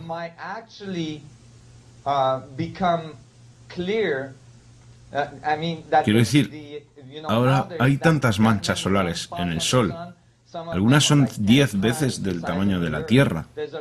Hay mucho negro en el Sol, ¿sí? Ahora bien, si expulsara suficiente plasma, podría exponer su naturaleza de agujero negro. Y eso estaría bien porque demostraría mi teoría. Pero en cualquier caso, si lo hiciera, no es impensable que tendríamos 3 días, quizás, de oscuridad, sin nada de sol, mientras retorna al equilibrio. Y antes de empezar a emitir luz electromagnética otra vez, ¿vale? En el grupo de personas que trabajas, ¿hay algunas actividades para movilizar la conciencia humana y aprovechar la conciencia y lo que está pasando con el Sol para ayudar a comprender la dinámica del movimiento y como nosotros en la Tierra, puesto que todos estamos en sincronicidad para facilitar un movimiento para que no explotemos? Mientras te oigo, me pregunto si el Sol va a explotar y expulsarnos y convertirnos en polvo. ¿Cómo podemos trabajar con nuestra conciencia para facilitar una buena transición hacia el siguiente nivel? Ok, yo mismo he pensado en eso también y es un tema interesante. Una cosa que realmente sugiero para trabajar con vuestra conciencia y el Sol es, no os lo toméis como si fuera personal, ¿de acuerdo? Eso es lo primero de la lista, porque cuando el Sol se vuelve loco, como lo está haciendo, hay tanta energía y tanta actividad que está afectando la conciencia humana. Sin duda. Cuando examine estos datos, lo hice con Bill Bryson, un ingeniero que ha estado registrando Las actividades del Sol durante los últimos 30 años.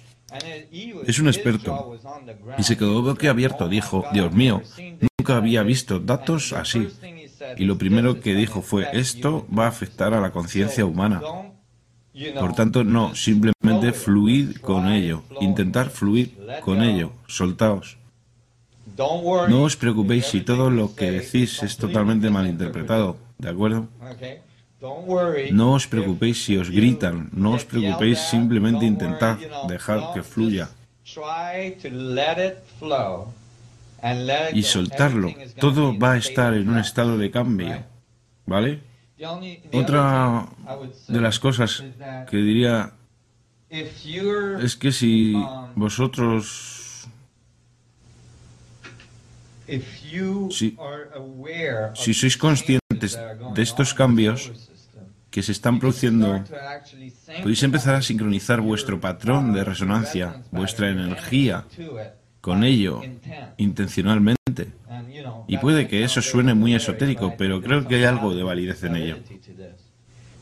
Y es decir, que permitéis que el cambio se produzca en vuestro cuerpo, de modo que os adaptéis a los cambios que están ocurriendo en el ambiente. Porque creo que esta cantidad de información y esta cantidad de energía que nos llega, de hecho, va a cambiar nuestra estructura de ADN muy rápidamente. Y debemos ser conscientes de ello y permitir que ocurra y entrar en resonancia favorable con ello. Y si nos resistimos a ello, probablemente enfermaremos mucho. Ya que estás varias generaciones por delante de la persona común, ¿qué estás haciendo para prepararte para ser un mensajero para un número mayor de personas? Para ayudarles y eso. Bueno, creo que cada uno tiene su propia misión. Todos estamos aquí en esta época para llevar a cabo algo muy específico, para ayudar en este cambio que estamos atravesando. Y en mi caso consiste en proporcionar una visión unificada del universo y proporcionar una tecnología que nos ayudará en la transición de estos cambios. Para ti y para muchos otros puede que sea algo totalmente distinto y de ayuda los unos con los otros, estoy seguro, pero esencialmente se trata de entrar en tu centro y encontrar tu misión, encontrar aquello por lo que estás aquí. Hay algo por lo que estás aquí y hacerlo. No le deis demasiadas vueltas, no esperéis. Simplemente hacedlo. Y eso va a ayudar al mundo. Comprometeos a ello. Hacer lo que sea necesario para llevarlo a cabo, porque queda muy poco tiempo.